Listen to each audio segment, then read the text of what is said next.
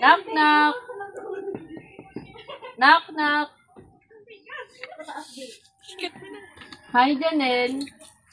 Can I come in? Can I share you some words of God? Welcome, Pastora. You can come in.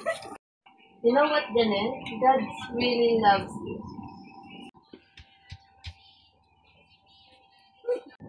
There is someone in our house. Who is she?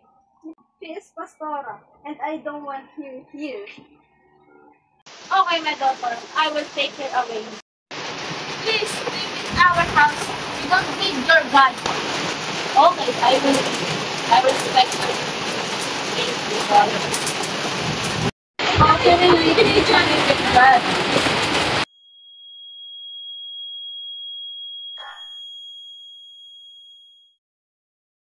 Sir, wala ng ambulance. What happened to mommy? She fainted. Wala ng ambulance. Doc, what happened to our mother? How is she? She has a brain tumor, and she's dying. Let's call Pastora and let her pray for our mom. Pastora, we need your help. What happened? My mom is sick. She's dying. Okay, I will pray for her. Let's go. Okay, let's pray for her. Lay our hands and bow to God.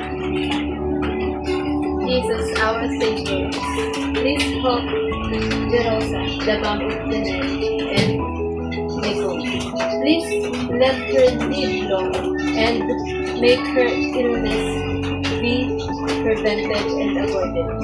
Please, God, she is a good person.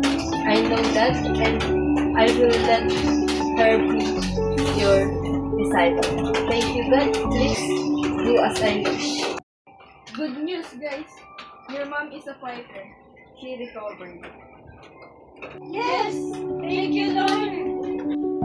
Thank you, Pastora, for praying for me. You are such a blessing.